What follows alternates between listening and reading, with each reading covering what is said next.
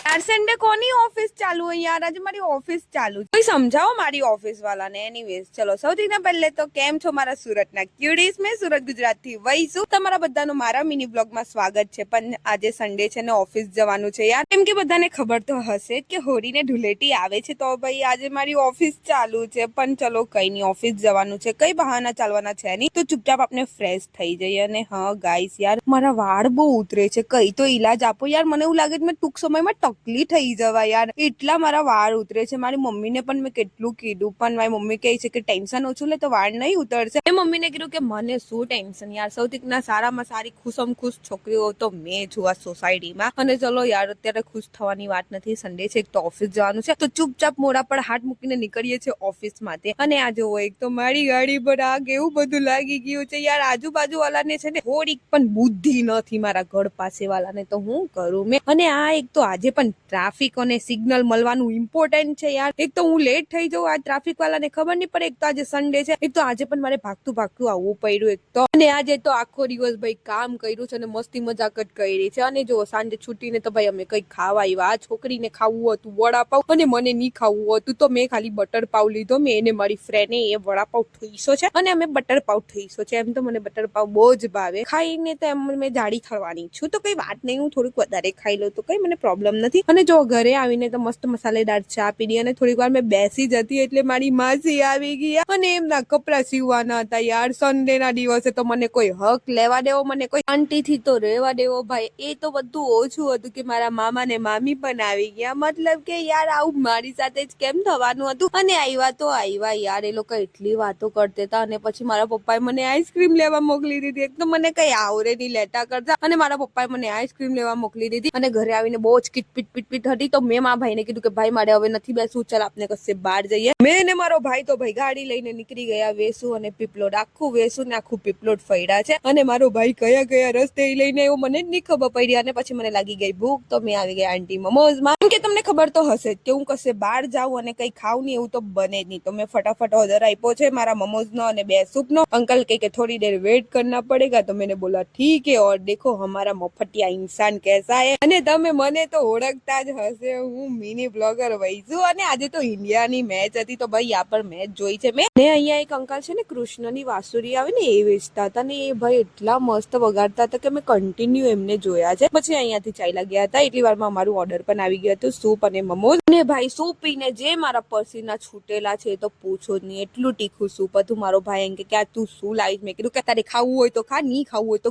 ઘરે વયો જા। ચલો બાય બાય, આવી રીતે ડેલીના બ્લોગ જોવા માટે મને ફોલો કરી દો ક્યુટીઝ, બાય બાય।